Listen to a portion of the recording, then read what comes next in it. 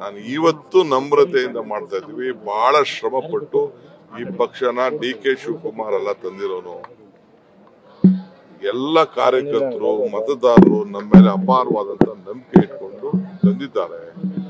ಈ ಪಕ್ಷ ಉಳಿಸ್ಕೋಬೇಕು, ಉಳಿಸ್ಕೊಳ್ತೀವಿ. ನಮ್ರತೆಯಿಂದ ಮನವಿ ಮಾಡ್ಕೊಳ್ತಾ ಇದ್ದೀನಿ. ಈ ಪಕ್ಷ ಕಾರ್ಯಕರ್ತರ ಪಕ್ಷ, ಮತದಾರರ ಪಕ್ಷ.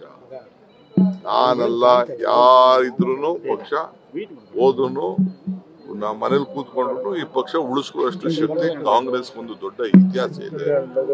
ಮಹಾತ್ಮ ಗಾಂಧೀಜಿ 100 ವರ್ಷದಿಂದ ಈ ದೇಶಕ್ಕೆ ಸ್ವಾತಂತ್ರ್ಯ ತಂದು ಕೊಟ್ಬಿಟ್ಟು ನಮ್ಗೆ ಅವ್ರ ಅಧಿಕಾರನೇ ತಗೊಂಡಿಲ್ಲಪ್ಪ, ಬಿಟ್ಟು ತ್ಯಾಗ ಮಾಡ್ಬಿಟ್ರು.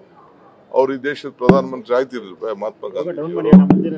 ಹಂಗೆ ಇವತ್ತು ನಾವೆಲ್ಲ ಅದನ್ನ ಸ್ಮರಿಸ್ಕೊಂಡು ಅದನ್ನ ಉಳಿಸ್ಕೊಳ್ಳಿಕ್ ನಾವು ಹೋಗ್ತಾ ಇದೀವಿ.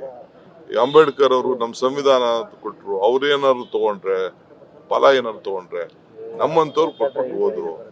ಈಗ ನಾವು ಸದ್ಯಕ್ಕೆ ಜೈ ಬಾಪು, ಜೈ ಭೀಮ್, ಜೈ ಸಂವಿಧಾನ ಈ ಸಮಾವೇಶದ ಸಿದ್ಧತೆಯಲ್ಲಿ ಇದ್ದೀವಿ.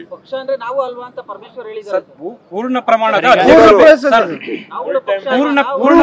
ಅಧ್ಯಕ್ಷ ಬೇಕು, ಪಕ್ಷದ ಸಂಘಟನೆ ಕುಂಠಿತ ಆಗಿದೆ ಅಂತ ಹೇಳ್ತಿದ್ದಾರೆ. ನಿನ್ ಮಾತೆಲ್ಲ ನಾನು ಕೇಳಕ್ ನೀವು ಮುಂದುವರೆದ್ರು ಸಂತೋಷ, ಆದ್ರೆ ಅದನ್ನ ಸ್ಪಷ್ಟಪಡಿಸಲಿ ಅಂತ ಸರ್. ನಾನೆಲ್ಲ ಸ್ಪಷ್ಟಪಡೋದು ಈ ಮಲ್ಲಿಕಾರ್ಜುನ್ ಖರ್ಗೆ ಸಾಹೇಬ್, ಮಲ್ಲಿಕಾರ್ಜುನ್ ಖರ್ಗೆ ಪಕ್ಷದ ಅಧ್ಯಕ್ಷರು, ಅವ್ರ ಹತ್ರ ಕೇಳಬೇಕು. ಅವ್ರನ್ನ ಕ್ವಶನ್ ಮಾಡ್ತಾ ಇದಾರೆ. ಅಂದ್ರೆ ಇದು ಕ್ವಶನ್ ನನ್ಗೆಲ್ಲ ಮಾಡ್ತಾ ಇರೋದು.